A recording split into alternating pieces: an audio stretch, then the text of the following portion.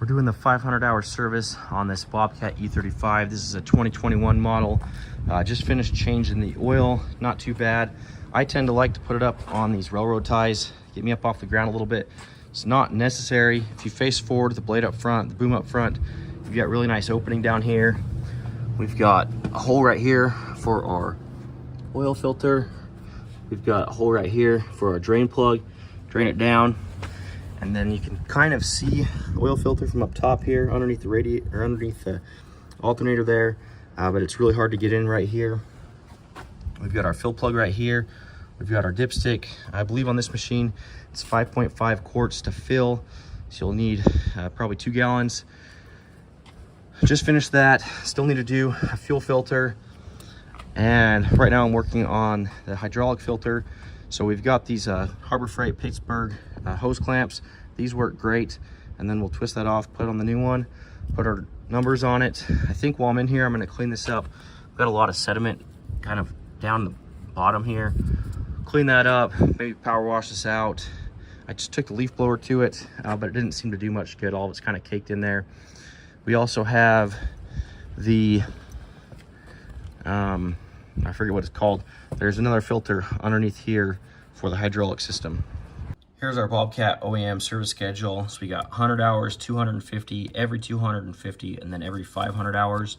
So we're doing engine oil and filter, clean your filters, check your cooling system, drive belts, check condition. We've got the hydraulic filter, the case drain filter, and the hydraulic reservoir breather cap. Check your alternator and starter, and then clean your housing and coils for your HVAC. So here we've got the new hydraulic cap. Here's our part numbers. Like I said, engine oil is 5.5 quarts. And then if we did the final drives, they take 0.55 quarts on the outside. That should be done with the 250-hour service. And then I think the next time that's due is the 1,000-hour service.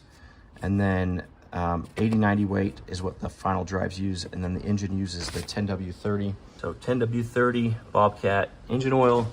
We've got our Bobcat hydraulic fluid. Here's that spin-on filter we just put on. Here is the case drain filter, part number right there. And then here's our fuel filter, part number right there. So let's go ahead and put this breather cap on. So I made quite a mess. I should have had 3 clamps. I only had 2. So keep that in mind. I should have clamped off this one as well. We'll go ahead and replace this breather cap.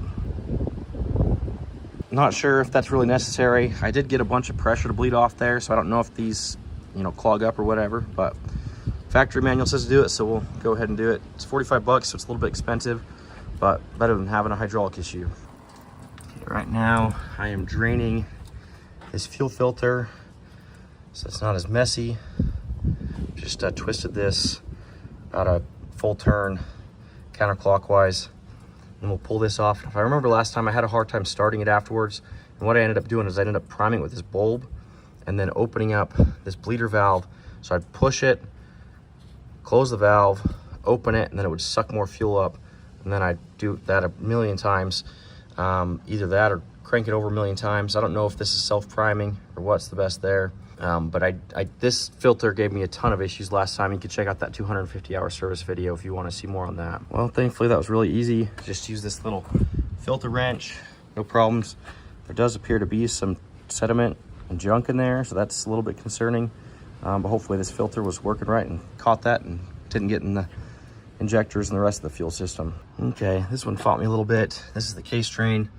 Got a new filter on there. I made a big mess down here. I was soaking it up. Ended up having to get this guy out, and it punctured a hole in the side. I did not use these crimpers. I probably should have just plugged these off, and I think that would have made a big difference, but it's done. Put this cab back together and it should be good to go. Back here is where your HVAC interior air cleaner is. This thing is way past service. You can see how dirty this is. So we're just gonna throw this one away, put a new one in. Got this little piece in there. We'll go ahead and blow it out with a leaf blower. Already blew out the inside, cleaned out the condenser, ran the leaf blower all through here, so we'll kind of clean it up. This fan's been making some noise, so I went ahead and blew that off too, so hopefully that noise kind of goes away. It sounded like there was some dirt or something inside there rubbing, but that just popped off. I just used this little panel tool, pop that right off. There's the panel right there. Inside it does have this little foam filter. So it does suck air from the inside as well as the outside. Yeah, that's a little bit different. Just finished washing it off. It's pretty dirty. Actually, I probably should have washed it off before doing this job. Just topped off the oil. I think before I started the engine, the oil showed at least half or 3/4 full. Once I ran it and filled up the fuel filter and let it sit for a while I washed it, it was about 7/8 of a quart low. So I ended up putting at least half or 3/4 of a quart in there. So we'll run it and then check it one more time. We got new fuel filter. While I was washing it, I did clean out. I pulled these 2 covers off. They were packed full of sludgy mud and stuff. So pulled those off, washed them out. So that's looking good. Put our new cap here. Put our new filter down there. I think once I cycle the hydraulics, I'll have to check this and make sure that this still has enough fluid. We did lose some fluid in doing that. We've got the new air cleaner right there. We got the new, I always forget these are called, whatever that filter is. And then we'll do the final drives on the 1,000-hour service. But everything's looking pretty good. All cleaned up. Ready to get back into work.